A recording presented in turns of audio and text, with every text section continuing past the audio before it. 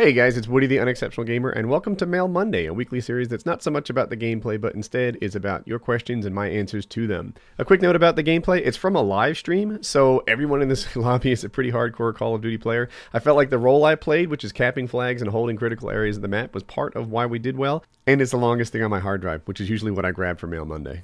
I'm in a bit of a predicament, Woody. Me and my girlfriend have been dating for basically a year now. I'm absolutely the worst dancer, and I can't keep a beat with my body. Next Saturday is the winter formal. She's a wonderful dancer. She's really good, and I can't dance worth a shit. I feel like I let her down when I don't dance with her. I'm talking about like grinding and junk, but any advice would help. A personal message for Mail Monday would be greatly appreciated. I love your content, man. Keep it up. This kind of reminds me of a recent video I put up. I won a Michael Jackson dance contest. And the reason that I joined in, it had nothing to do with YouTube. Like, I didn't know it was going to be filmed at all.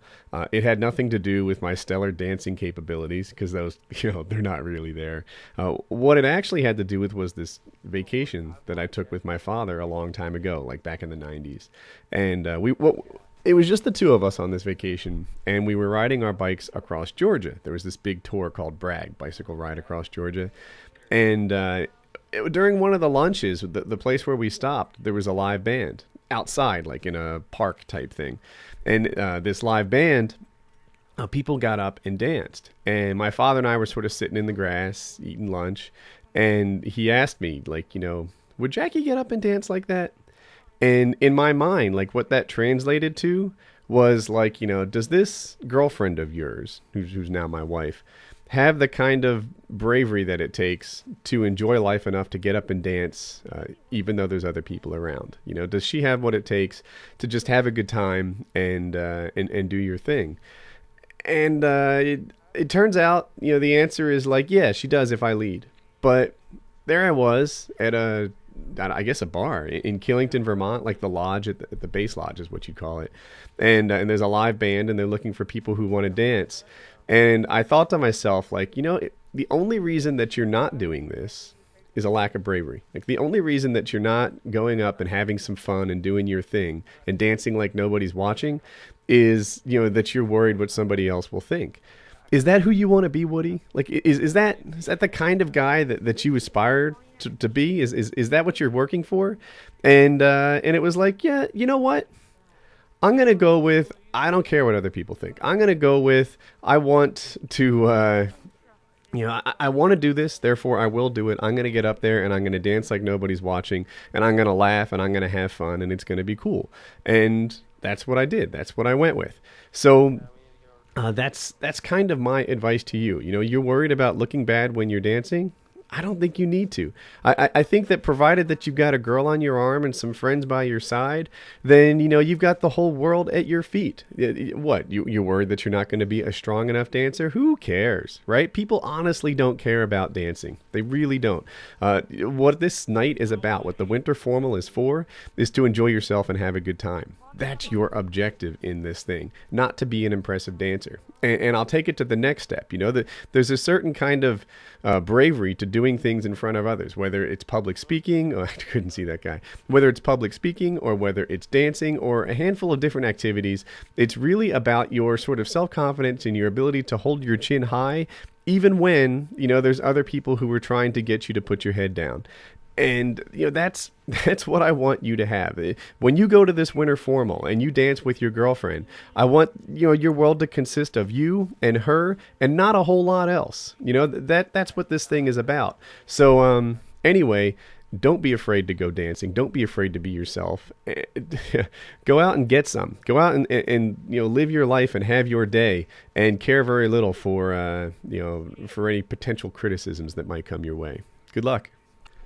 Hey Woody, I just want some advice about something, and you can feature it or not, just don't mention my name. Dude, I never mention names. I'm dating a girl that lives more than 900 miles away, and she might come to my house over the summer. I have had sex, and every time I seem to have a problem. I finish too fast. My girlfriend is a virgin, and she wants to have sex with me when she comes out here, but I want to be able to make her orgasm without finishing before her. If you have any advice, that'd be great. Thanks, Woody. 900 miles away. I'm going to assume that the two of you are in college, or for you non-Americans, university, and that you've just sort of like split off and gone into different schools. And I like to think all my sex questions are for adults because it keeps me clear. Anyway, let's talk about this. You're saying that she wants to do this for her first time, and you're concerned about, bringing her to climax. Dude, that's not how this goes. Girls don't go to climax their first time. It's really, really, really unlikely. And as a matter of fact, it often takes years for girls to know their bodies and be comfortable enough to have a climax through intercourse. That's how this goes. And some women just aren't built in such a way that they can have a climax through intercourse, right? It might not be their fault at all, right? There's a lot of variation down there, and some get that, some don't. That's just how they're built. So your concerns about finishing too fast, that she's not going to achieve the peak here, that's not a valid concern. What you should actually be concerned about is making sure that it's a good experience for her overall, that this thing is soft, that's gentle, that if she needs a break, that you're willing to take this break, that if she wants to stop, you can stop. You need to make sure that that she's happy, that she's comfortable, that this thing isn't rushed, that she doesn't remember her first time as being something that was intruded upon or unscheduled. I guess unscheduled is not such a bad thing, but it shouldn't be like a non-memorable event, right? You should do everything you can to make this like pleasant, loving, cheering, in the context of something wonderful, and not I don't know, something down and dirty like that. That's not how the first time's supposed to roll. So there's that. The other thing is, and you worry about not lasting long enough. There's the couple well-known tricks, right? Everyone who's listened to a bunch of Mail Mondays has heard me talk about doing math problems in your head, because I find that to be like especially distracting and requiring my full concentration. There's the old, tried and true method of having your first orgasm alone, by yourself before the date, so that your first time with her is actually your second time. But I don't think that's necessary, really. I think maybe not taking a really long time in the context of her first time ever isn't so much a disadvantage as it is an asset. I don't think she's going to want to go at it for 30 or 40 minutes or something, insane like that. I think that that she'd be much happier with something shorter, and that's that. And then the other thing is, and I again assume you're a young guy. Before I had my unit figured out like a cowboy figures out a trick rope, there was always the second time, right? It was like, that was too fast. Let's do that again. And she'd be down. That's you guys were up for it. Your superpower may not be lasting for a really long time, but maybe your superpower is going twice, or 3 times, or 4 times, or 12 times, or whatever it is that you've got going on.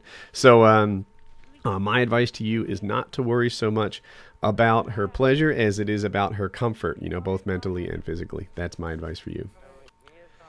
Dear Woody, I'm thinking about killing myself. I'm 13. I've been thinking about it for a while, and there's not a lot keeping me around. My parents hate me, and I know you might think, oh, they love you, they're just not showing it, but that's really not the case. They always say stuff to me like, you ruin everything, or everyone gets unhappy when you walk in, and it really saddens me. At school, I'm kind of more popular, but I don't have any true friends. A girl I had liked for a while showed no interest in me, and I finally just gave up. Basically, my life is a mess. Any words of encouragement would be helpful. Thanks, and sorry for the long message. The message was not too long.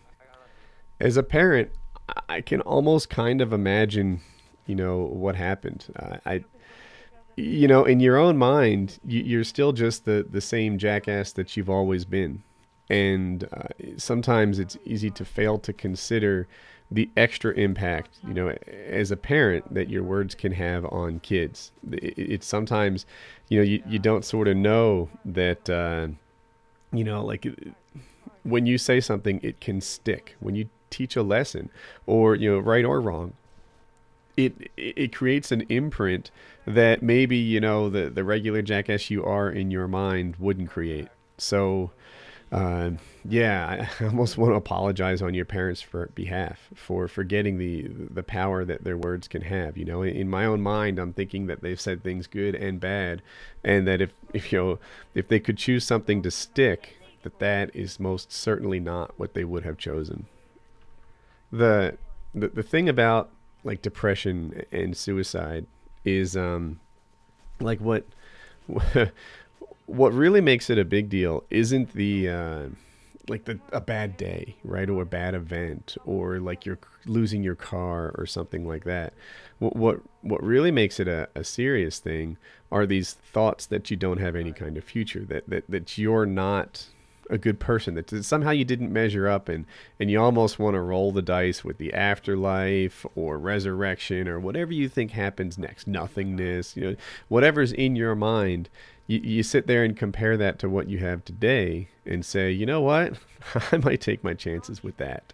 And that sounds kind of like where you are, but it's not where you should be.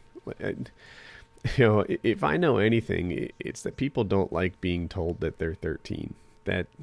So I get that, and I don't want to do that. But what I do want to say is that life is really long, right? It's in my case over 7,000 years. But I've been where you are. I know I have a lot of new subs who probably never saw my video where I talked about my own attempted suicide. I'll throw that in the description. Just sort of thought of that.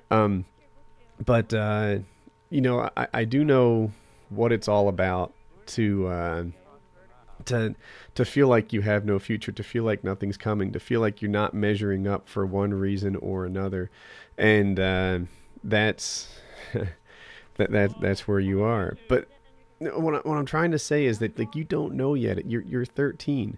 Your whole world is open, right? As you go through life, you sit there and you close. I know the video's over, but I'm going to keep going. You sort of close door after door, and the opportunities go away. But you're not there yet, right? You've got every opportunity. You've got everything, and you might be listening to this thinking, no, trust me, I'm worthless. Trust me, you are not worthless. Trust me that you have a lot to offer. I like this letter. Half the time I can tell whether the letter came from somewhere in Europe or the US, but I can't with yours. I'm going to throw a couple phone numbers to suicide hotlines in both places in case you ever need someone to talk to. But, a lot of happiness in life comes from your personal relationships with other people. That's what makes it go, right? It's not money, it's not activities, it's not all that stuff. It's about having people around you that love you and that share this, journey with you. That's what it's about. And that's what you're missing right now. But the thing is, that's a temporary state. You're popular in high school. That tells me that you're good at making new friends. That tells me that this is just going to be a phase in your life, and the next one is going to be happier. This is your down point. And all right, recognize it for what it is.